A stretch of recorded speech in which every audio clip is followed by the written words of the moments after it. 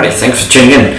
So this is just the beginning of what I want to make a couple of parts of a build of an arrow, which I'm going to consider the most lethal arrow and broadhead combination that I can build for the game that I'm going to be hunting. Just got the first part of it in today, and you might notice I'm going to be concentrating a lot more on fixed blades, and I've got the Steelforce Phatheads here, which are going to be just part of the arsenal that I hope to build with these lethal arrows of mine. Concentrating really hard on getting a FOC 4 to center up as far as I can. A few little tricks that I've learned from a couple of people that are going to help me do that, and I'll share them with you. Let's have a look at these broadheads. Okay, so here they are. I went with the 125 grain, and it kind of goes against what I'm saying. I'm trying to get as much weight up front as I can, so you'd expect, well, why don't I go with 200 or 300 or 315 or whatever? Well, the reason is, at times I still want to use some mechanical broadheads for different animals. That's just my preference. So I'm going to have 125 grain, and it'll work with my mechanicals or the fixed blades. So that's what I want to do. Anyway, part of the reason why I went for these fatheads, the name says it all, man. They are exceptionally thick. I think it says somewhere along here they are, you could probably get on their websites, but there we go, 0.08 thickness. I mean, there's not many broadheads out there that are quite as thick as that. Anyway, initial looks,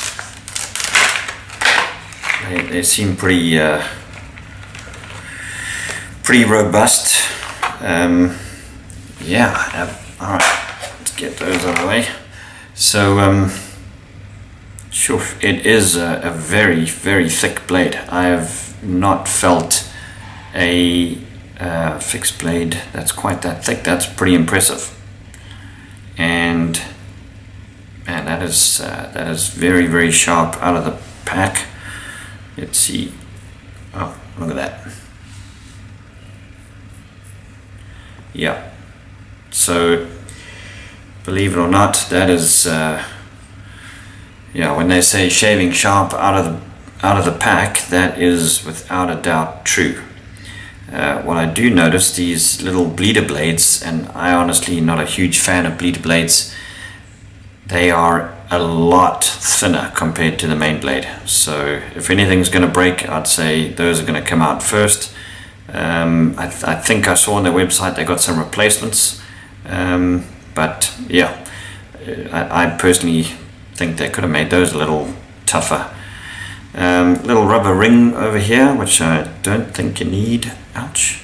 Yeah, a little bit of a nick there. Before we, I'm just going to put these on a arrow shaft, but before we do that, let's just see how accurate they are with the weight. So, not sure if you can see the numbers there. Let's turn the light off. 124.6. Alright, I've seen worse. Let's measure all three of them, shall we? I also got this rubber band. 120.25 on the dot. And this one is without the rubber band. I'm not quite sure what that rubber band is. I think it's just to keep this washer that's on there, to keep that in place. Anyway, that one is 125.4, so within 1 grain from best to worst of each other, so that's pretty good. Right, I'll use this one. Let's just wind that on. This is not the exact shaft that I'm using, but very, very similar diameters, so that'll work fine. As I say, unbelievably sharp. Let's just do a little test here. Everybody likes to see paper, so here we go. Wow. Yeah, that is pretty sharp. Use the other side, I think. That is crazy, man. I don't know if I can get the bleeder in there. Yeah, probably not. Anyway, so there we go, man. That is the Phathead by Steelforce. Yeah, let's give you a little close-up look there. Shed some more light on the matter.